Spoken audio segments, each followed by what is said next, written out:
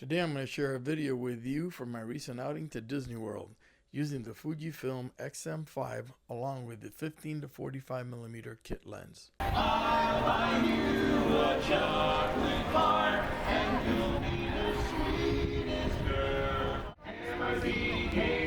My thoughts now regarding the dials and buttons on the Fujifilm XM5. I've actually been pleasantly surprised with all of them. I think that the buttons are in just the right place for the most part, and the dials I think move quite nicely. I am using the film simulation button a little bit. I need to remind myself that it's there, as this is the first Fujifilm camera that I have with that kind of a feature.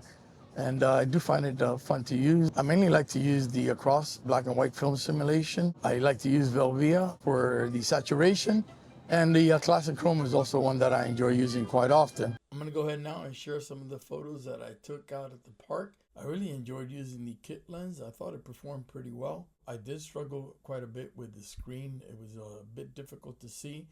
And it did affect some of my compositions, where some parts of the photo that I wanted to include, I was having difficulty to see. One thing that I also changed on the camera was the leveler, and I changed it from the 3D leveler to the 2D leveler. And I found that using the 3D leveler was an issue for me with the compositioning because it had too much of a distraction in the screen.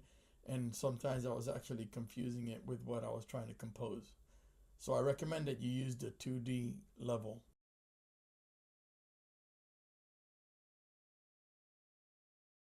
Now I am enjoying the Fujifilm XM5. I think it could be almost the perfect street photography camera. Even with this kit lens, I know that the 5.6 aperture out there is going to be a bit of a turnoff for some of you, but I like the fact that you have the power zoom feature on the lens. It really helps out with quiet and quick compositioning, and I really enjoy using the touch shot autofocus feature at the back of the screen. The camera's so small that you can be down looking at it and pretend that you're actually just changing settings on your camera and not actually taking a photograph of people. So I think it's a really nice, inconspicuous camera for street photography. Obviously the XE5 with the screen that just comes out and it's directly in line with the lens would be maybe a little bit more inconspicuous depending on the lens you put on it. This, with the viewfinder coming out to the side, makes it a little bit wider, but it's such a small camera that I haven't found that people are really paying much attention to me. Now, the one thing that I'm really enjoying, especially in the vlogging mode, is using the dial at the top rear of the camera to go ahead and do my exposure compositions,